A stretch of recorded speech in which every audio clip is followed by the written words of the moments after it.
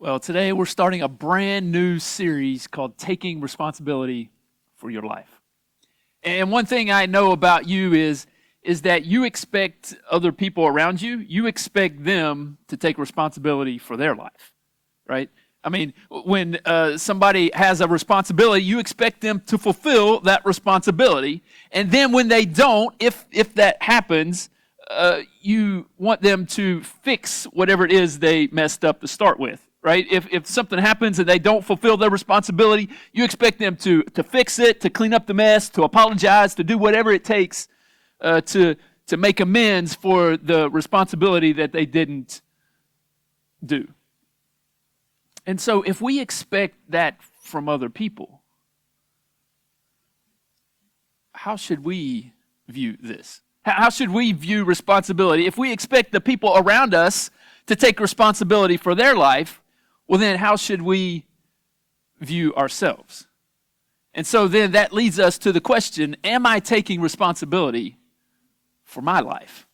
Not for the people around me, not for my kids, not for my parents, but am I taking responsibility for my life? Am I taking responsibility for my actions? Am I taking responsibility for my reactions? Am I taking responsibility for the obligations that I have?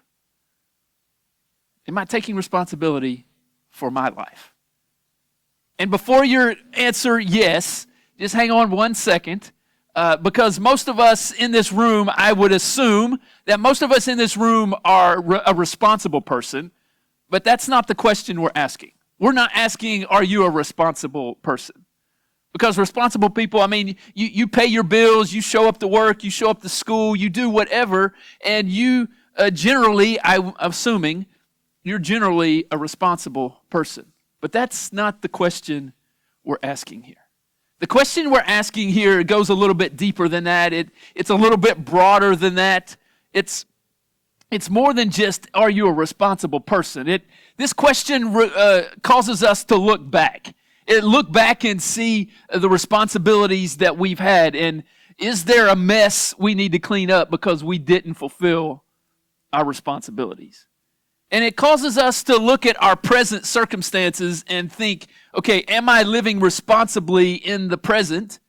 But then it also causes us to look to the future and to say, is there anything I'm doing now that's going to create irresponsibility in the future? Is there something I'm doing now that's going to pass on my responsibility to somebody in the future? And so this question is just a bit bigger and broader than am I a responsible person? And so this is true whether you're here today and you're a religious person or whether you're not a religious person. If you're just here trying to figure it all out and you're not quite sure, I just want to say we're so glad you're here today, but this is true no matter where you are on the religious spectrum. So the question then is, why are we talking about this in church? And the reason is because whenever we have responsibility and we decide to set aside our responsibility and become irresponsible, and whether you do that on purpose or it just happened or there were other circumstances involved, whenever you set aside your responsibility, it goes to somebody else. You see, your irresponsibility ends up becoming somebody else's responsibility. If you have something that you're responsible for and you decide, hey, for whatever reason or whatever, I'm just not going to do that thing, well, then that becomes somebody else's responsibility. And when that thing becomes somebody else's responsibility, well, that's not really the loving thing to do, is it? And as followers of Jesus, we're to love other people. And so if we're to love other people, well then, I think Jesus would want us to fulfill our responsibilities. Because when we don't, that's putting a responsibility on somebody else. And that's harmful, and that's not nice, and that's not good, and that's not the loving thing to do. And so that's why we're talking about this here in church. And in order to kind of help us do that and help us unpack what it means to be responsible and help us to answer the question, am I taking responsibility for my life? We're going to look at something Paul said. But before we get there, I know some of you are thinking, man, I wish so-and-so was here. I wish they were here. They really need to take responsibility for their life because they're not very responsible. And while that may be true, I wonder if maybe some of this might be helpful for you too. Just as a possibility. Just as a possibility. I'm not saying you're irresponsible people, but perhaps as the question gets just a little bit bigger, I wonder if perhaps somebody might, whether they're in the room or not, maybe it's a friend or a neighbor or a coworker, maybe somebody out there is glad you're here today. And maybe they're glad you're hearing this message. And maybe they're hoping that you would apply what we talk about today. And so maybe if you would just be open to the possibility, because the one thing I know about us is that the hardest person, or the easiest person to deceive is the person in the mirror. And so for some of us, perhaps there's a possibility that we could also get something out of this. And so as we look at what Paul said, Paul was a follower of Jesus, and he wrote some letters to some different churches all around, and one of the things he did was he tried to help people understand how to follow Jesus and what it looked like and how to practically live that out. And so he writes to all these different churches, and today we're going to look at a piece of a letter he wrote to the church in Rome. Now, the church in Rome was made up of Jewish Christians, Jewish people who had decided Jesus was their Messiah, and they had decided that Jesus had risen from the dead, and so they were trying their best to follow him. But it also included non-Jewish people, and they had believed that Jesus had risen from the dead, and so they were trying to follow Jesus. And so you have these Jewish Christians and these non-Jewish Christians, and they're trying to be a part of the same church in Rome. And so they're trying to figure all of that out. And so as they do, Paul's trying to help them understand all of that. And he gives them some thoughts around this idea of taking responsibility. This is what he says. He says, give to everyone what you owe them. Give to everyone what you owe them. Now, when we read something like that, we immediately think money. Well, and that is true. If you owe somebody money, Paul's saying just give them some money. But also, if you owe them an apology, we should give them an apology. If you've made a mess and you owe them to clean up your mess, well then Paul's saying, clean up your mess. Whether it's a mess financially, whether it's a mess relationally, whether it's a mess with clothes on the floor or dishes in the sink, if it's your responsibility, if you owe somebody something, Paul says whatever that is, pay them what you owe them. So whatever relationship you can think about, you have an obligation, Paul is saying. And you have an obligation to pay them and give them whatever it is that you owe them. So if you say that you're going to be there at 10 o'clock, then you be there at 10 o'clock. Or if you got a report due Friday and it's Monday and you know that your report is not going to be ready by Friday, then you don't wait till Friday and then say, oops, I didn't get it done. If you know on Monday it's not going to be ready by Friday, then you let them know on Monday, hey, I know it's my responsibility, but I'm not going to make that deadline. Paul says, whatever you owe, whether it's at home, whether it's in your neighborhood, whether it's at work, with your friends, there's anything that you owe somebody, Paul says, pay them what you owe them. And then he goes into his own examples. He says, if you owe taxes, pay taxes. And that was something that the Jewish Christians in Rome didn't really want to do because they didn't like the fact that Rome was ruling over them. And so they wanted to have their own state. They wanted to have their own rulers. And so they didn't really want to pay taxes. And Paul says, if you owe taxes, well, just pay them. says if revenue, well, then give them revenue. If somebody's working for you, then you need to pay them. You need to pay them what you owe them. Pay them a fair wage. He says then, if it's respect, then respect. If honor, then honor. If there's somebody, in authority over you, Paul's thinking of the Romans here. If there's somebody in authority over you, well, then you owe them honor and respect. So, students, listen up. Your parents are in authority over you, and you owe them honor and respect. Now, I know you're thinking, they don't always act in an honorable way. They don't always act in a way that is due that honor and respect. But that's not why we give honor and respect. We give honor and respect because we owe it to them. Because they're in authority over us. So if there's anybody in authority over you, whether it's your boss or wherever, maybe an HOA, no, we'll put it aside.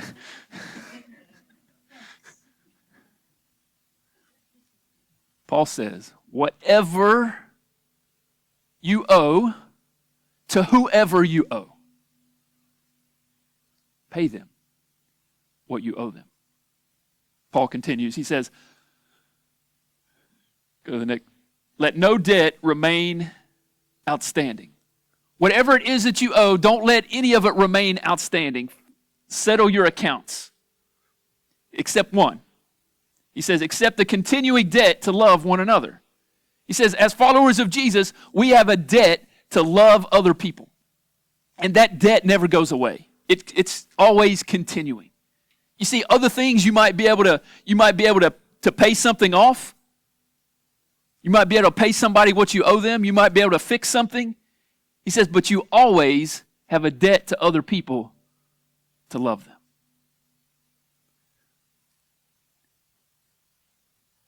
For whoever loves others has fulfilled the law.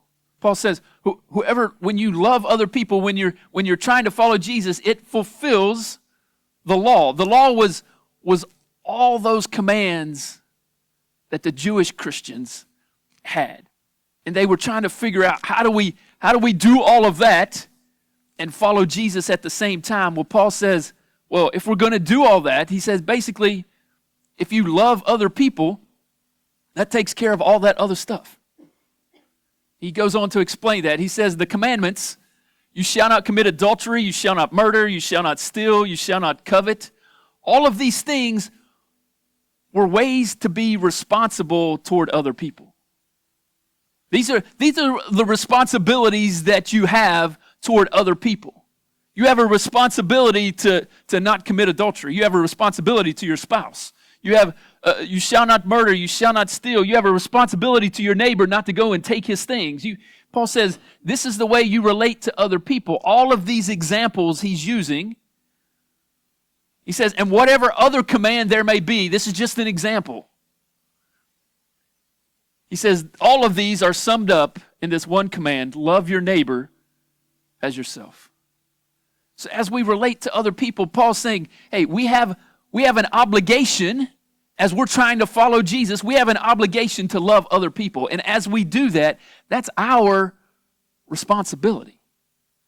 And if we're going to take responsibility for our lives, well, that means we should love other people. And it's not just a once-off thing that we do. It's a continual thing. You don't just love the person once. You don't just do a random act of love, a random act of kindness, and then you're good to go. Paul says that continues on and on and on. And he kind of finishes this thought this way. He says, love does not do harm to a neighbor. Therefore, love is the fulfillment of the law. Love does no harm to a neighbor. So if I have a responsibility and I leave my responsibility and I don't do it, that means I'm irresponsible. And I'm leaving my responsibility to someone else. He says, in some way, that's doing harm to them. That's doing harm to the person that I'm leaving that responsibility to.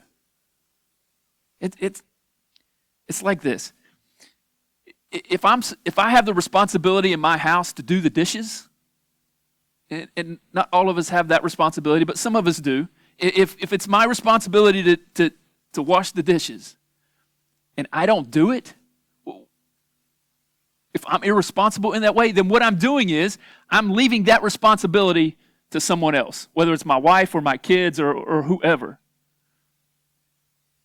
So what I'm asking them, I'm basically saying to them, whoever that is, hey, I'm just going to be irresponsible here today and I'm not going to do the dishes, so I'm just going to just leave that responsibility to you. I mean, doesn't that sound silly?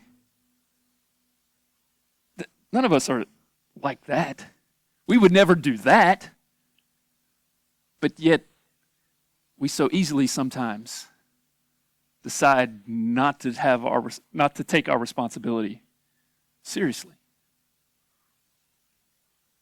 Paul says, the loving thing to do is to fulfill your responsibility.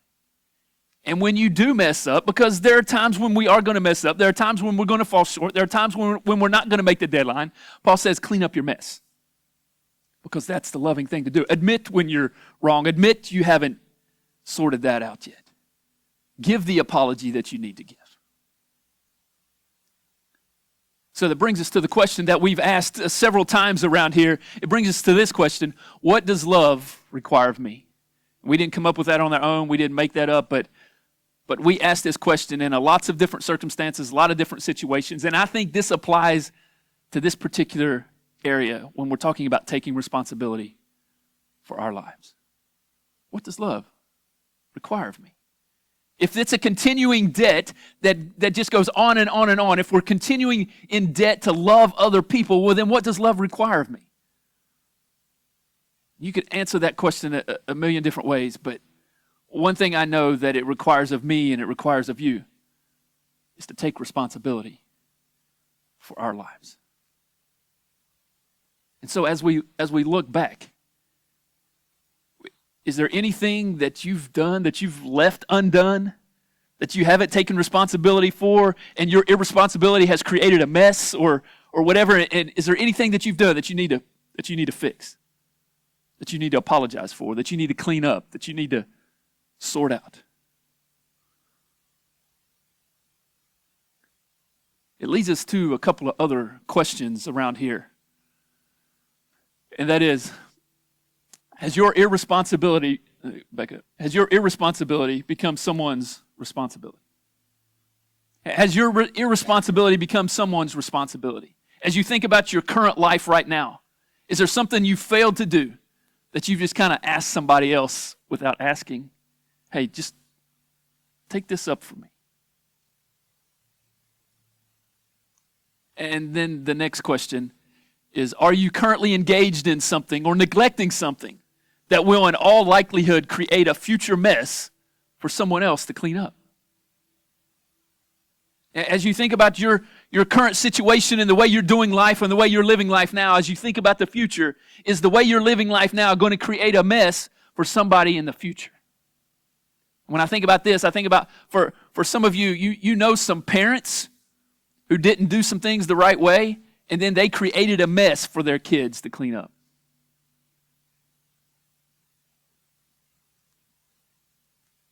Is there anything you're doing now or not doing now that's going to create a mess for somebody else to clean up in the future? Is the way you're living now, lifestyle-wise, healthy?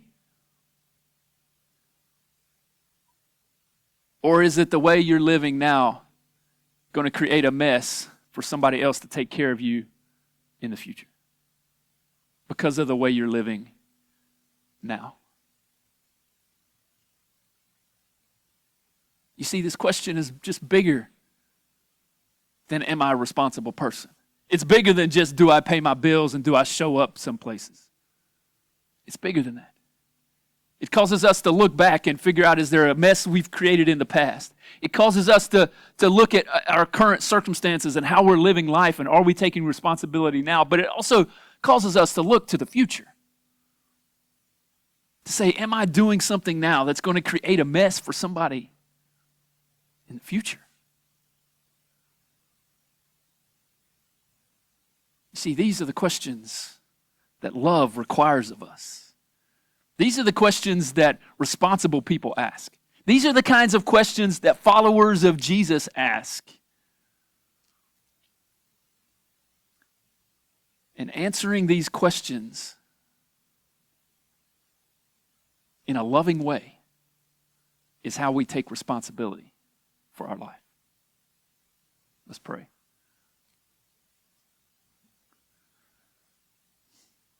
Father, I thank you for the responsibilities that you've given us in this life. God, I pray that you would give us the wisdom to understand our responsibilities. God, give us the wisdom to understand how to love other people well and how to fulfill our responsibilities. God, and then just give us the follow through to be able to follow through with all of this, that we may follow you and live the lives that you want us to live. Pray this in Jesus' name. Amen.